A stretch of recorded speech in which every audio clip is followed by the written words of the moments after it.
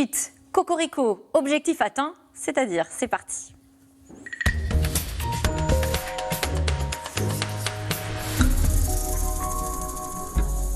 Bonsoir Mickaël Jérémias. Bonsoir.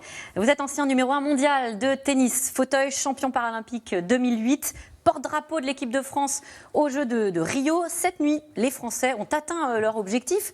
40 médailles à Tokyo, c'est 12 de plus qu'il y a 5 ans. Donc c'est mieux que quand vous étiez porte-drapeau.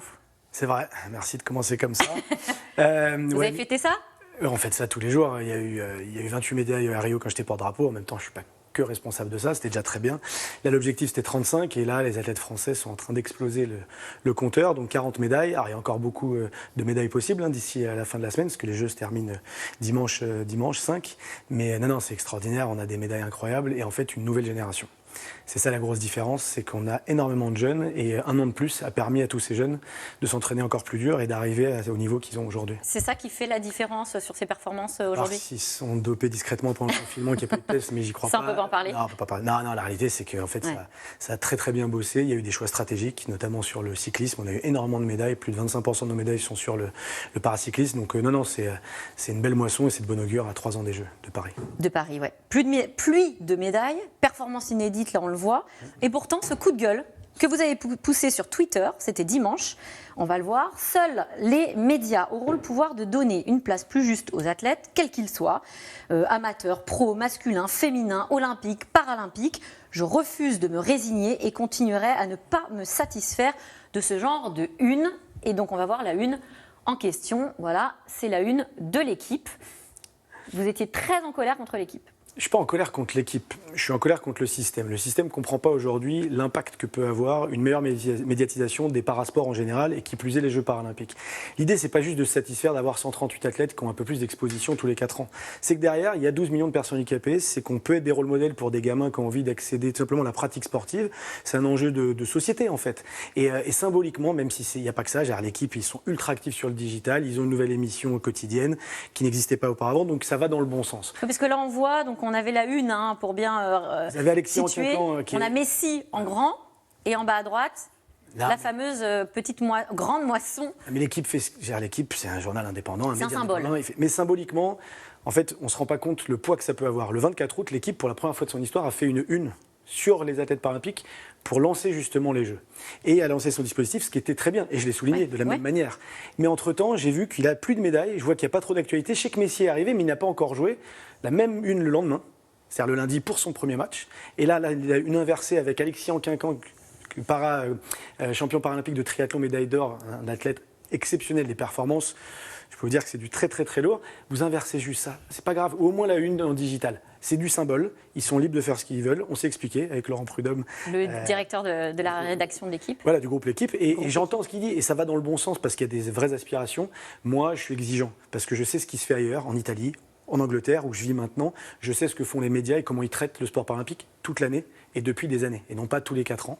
Donc c'est mieux. Vous pensez que ça peut vraiment, pour le coup, une pourrait vraiment changer le regard de la société, petit à petit, pas bien tout, sûr. Mais la une de l'équipe, on sait le poids qu'elle a, le pouvoir qu'elle a. Évidemment, il n'y a pas que ça c'est un symbole, et d'ailleurs, il ne faut pas trop s'attarder là-dessus. Il y a 100 heures de direct sur France Télévisions, comme il y a eu en 2016, comme il y a eu en 2018.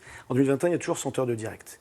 Vous en voudriez plus? J'en veux plus, parce qu'en fait, moi, je ne veux pas que 100 heures sur France 3 et France 4. J'en veux 200, 300. On a été jusqu'à 700 pour les Jeux Olympiques. Et aussi sur France 2. C'est des symboles où, à un moment, on donne une place équivalente à des athlètes, quels qu'ils soient. Qu'est-ce qui fait que des athlètes olympiques soient plus méritants et plus valorisés que des athlètes paralympiques? Rien. À part si on se dit que ces gens-là ne méritent pas le même traitement de la société. Mais en fait, c'est le cas.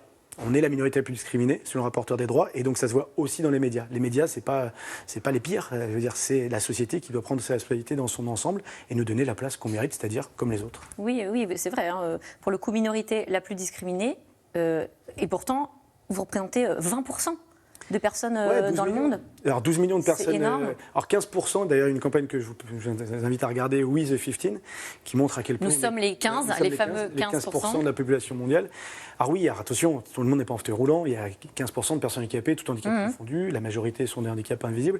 Mais la réalité, c'est qu'on fait partie de la société, et encore aujourd'hui en France en 2021, on a les mêmes devoirs, mais pas les mêmes droits. C'est une réalité, et dans l'accès au logement, à la santé, à l'éducation, à l'emploi, à la culture, au sport, et il faut que ça change. Justement, alors c'est intéressant de connaître votre regard et votre expérience quand même pour ceux qui n'ont pas suivi votre parcours. Hein. Vous avez eu un accident de ski, vous aviez 18 ans en 2000.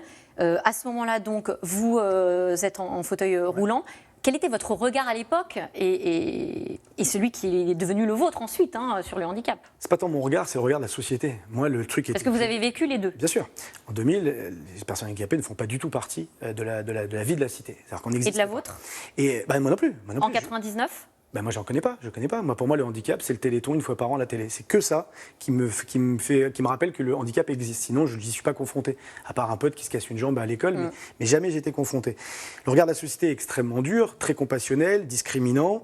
Et donc, moi, je vis ça de plein fouet, comme on le vit encore aujourd'hui. Sauf que moi, ça fait 21 ans, et donc, en fait, je le vois même plus, ce regard-là. La réalité, c'est que je le vois même plus. Mais je pense qu'il existe, évidemment, encore. Et on vous discrimine par votre apparence, par votre pseudo-incapacité, en tout cas, de ce que nous, on imagine qu'on n'est plus capable de faire. Et la réalité, c'est que nous, on a juste envie, en fait, de défendre nos droits. Moi, mon combat aujourd'hui, peu importe les différentes structures que j'ai pu cofonder, c'est une association. L'association comme les autres et d'autres structures, mais l'engagement, c'est juste d'avoir les mêmes droits. C'est pas grand-chose dans un pays comme le nôtre. Il y a des pays où se battre pour ses droits, on sait ce que ça coûte. En France, ça fait 30 ans. Ça fait 30 ans que, de bonne volonté, nos différents gouvernements veulent donner priorité à Ils ne vont pas assez vite. Ils n'y arrivent pas. Ils n'y arrivent pas. Pourquoi ils n'y arrivent pas? Moi, je pense qu'en fait, c'est un problème d'ensemble. C'est-à-dire qu'il y a le législateur qui doit, à un moment, imposer un certain nombre de choses. Mais pour moi, il y a un travail qui doit se faire sur une génération. C'est l'école. Pour moi, c'est l'école. Essayer de faire comprendre à un enfant qu'un de ses copains ou de ses copines ait des cheveux de telle couleur et telle morphologie et soit handicapé en fauteuil roulant, malvoyant ou pas, une fois qu'ils évoluent ensemble dès le plus jeune âge, ce n'est plus jamais un enjeu. Plus jamais ils se diront tiens, comment je fais pour travailler avec cette personne ou pour la recruter, tiens, comment je fais pour aller faire la fête, tiens, comment je fais pour sortir, même une relation intime avec des personnes handicapées. Et donc c'est un travail sur une génération. Ce qu'on fait, c'est qu'on essaie de dire, voilà, on pénalise là parce qu'on ne recrute pas assez, on essaie d'encourager si, en fait, pour moi on dit il n'y a pas eu de révolution dans la manière de l'aborder. Et puis, c'est pas que la responsabilité du législateur, c'est aussi la vôtre, les médias, mais c'est aussi la vôtre en tant qu'individu. Ne serait-ce que votre voisin, votre voisine, comment on se comporte avec l'autre. Et c'est pas propre aux handicapés, c'est avec toutes les minorités. Paris 2024, justement, vous faites partie de la commission des athlètes. Donc, vous êtes chargé de préparer leur accueil. Vous me racontiez ça avant de commencer l'émission. Qu'est-ce que vous allez pouvoir faire? Qu'est-ce qui sera différent par rapport à cette année-ci? La commission des athlètes, en gros, nous on s'occupe de tout ce qui concerne le parcours athlète. Donc on challenge le comité d'organisation et puis il nous pose un certain nombre de questions. Donc on est des athlètes olympiques, paralympiques. Et puis après, moi, je conseille et je travaille aussi avec les équipes de manière transversale sur qu'est-ce qu'on peut faire pour que les Jeux paralympiques, notamment olympiques, je ne suis pas inquiet, mais sur les Jeux paralympiques, comment on peut transformer la société et qu'ils soient utiles au plus grand nombre. Donc on travaille là-dessus tous les jours. Je les challenge. Beaucoup. Important. Ouais. Il y a de belles histoires quand même dans ces Jeux paralympiques. On va en citer quelques-unes, on ne peut pas les citer toutes, malheureusement. Mais il y a cet Égyptien incroyable, Ibrahim Amatou, joueur de tennis de table. On va le voir, voilà, qui est amputé des deux bras. Il sert avec son pied, il joue avec la raquette entre les dents. Ça demande quand même des compétences techniques absolument ahurissantes et stupéfiantes. Moi, je ne pourrais pas faire ça. Il y a cette jeune Afghane, Zakia Zoudadadi, je ne veux pas l'écorcher son nom de famille, 22 ans, amputée d'un bras, première femme afghane à avoir participé aux Paralympiques. Elle fait du taekwondo, on peut la voir d'ailleurs concourir cette nuit. Comment on fait pour continuer à parler justement de ces personnes en situation de handicap en dehors des Jeux? Sur la partie sportive, c'est de ne pas médiatiser que les Jeux, mais toutes les compétitions qui ont lieu en France, à l'étranger, il y en a tout le temps, partout.